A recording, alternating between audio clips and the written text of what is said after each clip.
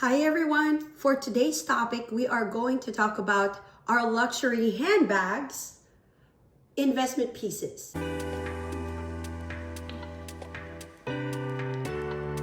Hi everyone! In this channel, we are going to talk about everything luxury, finances, real estate, and travel. So if those are your cup of tea, come and join me as we discuss all of the many good things in life.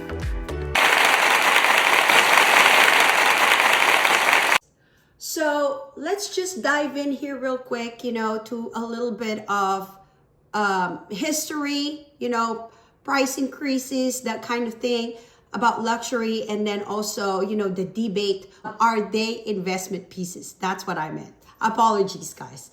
Anyway, so a lot of people will argue that, handbags are actually investment pieces.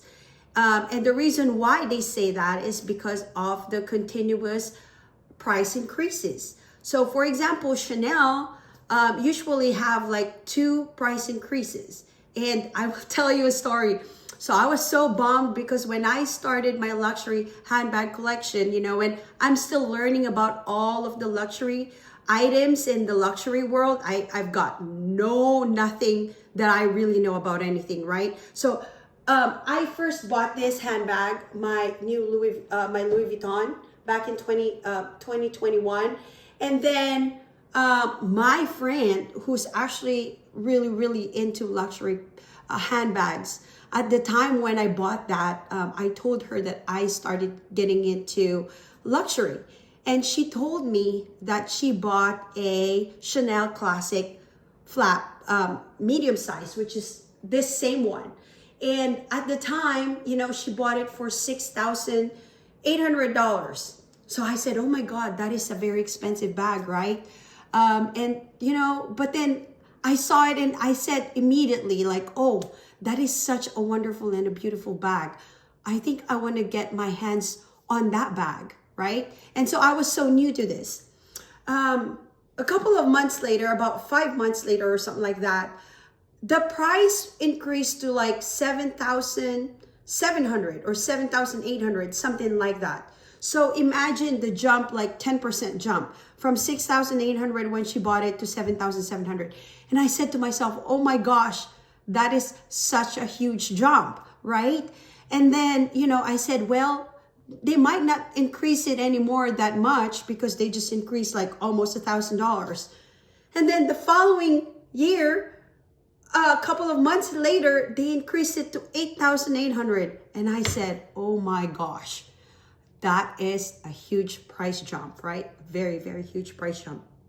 So anyway, I said, should I still buy it? Because it's just so expensive. But then, I have the FOMO, the fear of missing out, and going like, what if I don't buy it and then it's still going to go up and up and up and up? Anyway, February of this year, we went to walk into a Chanel store and, there you go. They had 2 Chanel Classic handbags, and one of them is the caviar leather, this one, and also a lambskin. So what I did was, I didn't even think about it. I just bought it on the fly. And there you go, $8,800 plus tax, $9,500, the total damage, right? But anyway, that's probably one of the arguments, going back to the arguments, like, that handbags are investment pieces. To some degree, I think they are. It is a investment to some degree. Just because, my friend bought it for $6,800 and I bought it for $8,800. That's almost $2,000+ difference. So if she were to sell that bag today, she would have already made, and let's just assume, because her bag is actually in a perfect condition, excellent condition. So let's just say and assume she's not going to sell it for $8,800, but let's just say, she sells it for $8,000. So still she will profit from that amount of money that she, when she just bought it like a couple of years back, right? So essentially, because of the price increases, you may consider it as an investment piece. And so I think that's why a lot of people tell you that. So, getting back again to the secondary market. So the secondary market is pretty tricky a little bit, So you'll see that, for example, a classic Chanel flat bag like this one here, you can see that there's different price ranges. Some you can buy for $5,800, some for even $10,000, $11,000, just depending on the condition, right? So anyway, the luxury pieces and the reseller market, their prices just differ. So sometimes you can get a deal, just depends on, again, how good it is and what's the condition of the bag. But essentially, yeah, I mean, if you don't mind having a luxury piece that's already secondhand, I think secondhand is a way to go to. But for me personally, I want to keep my bags forever. When I meant forever, I want to keep them for 10 plus years. So to me, it makes more sense to buy it from the store. And so I also have that experience, It's different if you are having that experience buying it from the store directly and having that excitement to unbox it yourself and buying it there directly rather than, having somebody own it first before you do. So it's just that. It just depends on your comfort level. There's also a question about if you're buying it from, from the secondhand market, whether they are authentic or not, because there's so many fake bags there, right? So, you just got to make sure that you're buying it from reputable second-hand marketplaces such as Fashion File, maybe The Real, but I heard a couple of things about The Real too. So I don't know, just a thought process. And again, going back to, are they investment pieces? Maybe some, maybe they're not, So let me take a moment again and, for example, talk about this bag. So this bag I bought for $3,400 plus tax, $3,600. Now, if I'm gonna go and turn this around right now and sell it in Fashion File, I don't think I can get the same amount of money that I bought this for. Right now, if I look at Fashion File, it's probably about, some of them are selling around $3,000. So essentially, I already would have lost $600 on this bag if I would have sold it, right?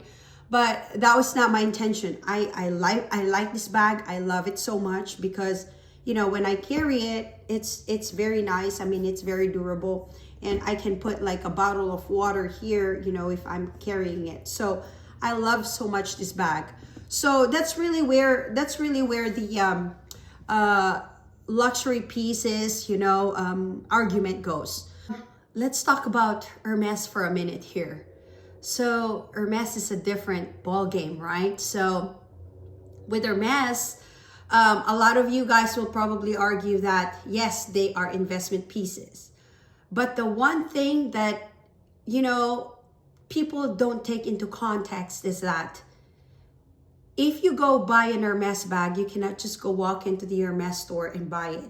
You have to have a Hermes history and also play the Hermes game. And playing the Hermes game, where I am right now, I don't have an Hermes bag yet. I am trying to get myself an Hermes bag, but I'm taking it slowly. I'm being financially responsible in a way where I just wanted to spend what I can so that I can get my Hermes bag, right? So one thing that it's putting into context that people might not know about Hermes, if you want to buy your bag in the store, you have to spend a boatload of money before you get offered one. So, going to Hermes, I actually bought, so this is one of the pieces that I bought from Hermes, which I love, by the way. I just don't go to Hermes just to buy the Hermes, just so that I can have my Hermes Birkin or Kelly. I actually love their pieces too because they're very nice pieces and, they're very high quality. So this is an Hermes CDC bracelet that I bought.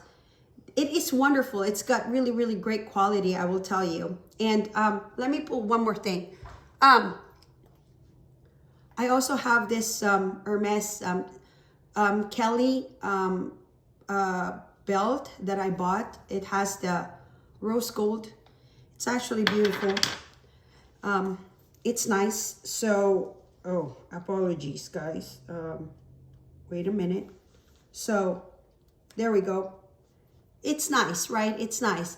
So to my point is that, you know, when you're going to the Hermes store, you have to spend a lot of money before you get offered a Hermes bag. So if you're telling yourself that it's an investment piece, be prepared to also spend a whole lot of money before you can get one. And buying it, and now, you know, you would understand why if you go to the secondary marketplace like Fashion File, they're double the price. You know, you could buy a Hermes Kelly or a Hermes Birkin bag for 25,000, 30,000, ridiculous prices, double the price, right? Sometimes triple the price. And I could understand the reasoning why, because again, you know, it's just that you have to spend a whole lot of money in order for you to get offered that bag. And it's very rare. There's the rarity, there's the exclusivity portion of it. So there's many of these things that rolls into it for you to be able to get that bag. So again, you know, going back to our bags investment pieces, I guess, you know, to me, it just depends on how you look at it. For me, I wanted the bags so that I can use it. I like them because I've been wanting them forever, and, you know, it's for a very, very long time. Even before I got into luxury, I really wanted to have a Birkin, and I promised myself that if I had money someday and one day, and I think that day came, that I would buy me a Birkin bag. So although you will have money, it doesn't necessarily mean also that you get offered the bag. Anyway, you know, investment pieces or not, let me know what your comments down below if you think that Chanel bags or Hermes bags or Louis Vuitton bags, you know, are they luxury pieces that are also worth investing in? And so, you know, I'll tell you another story that it's kind of weird, right? I invested a couple of my money into crypto, and there's also coins in crypto.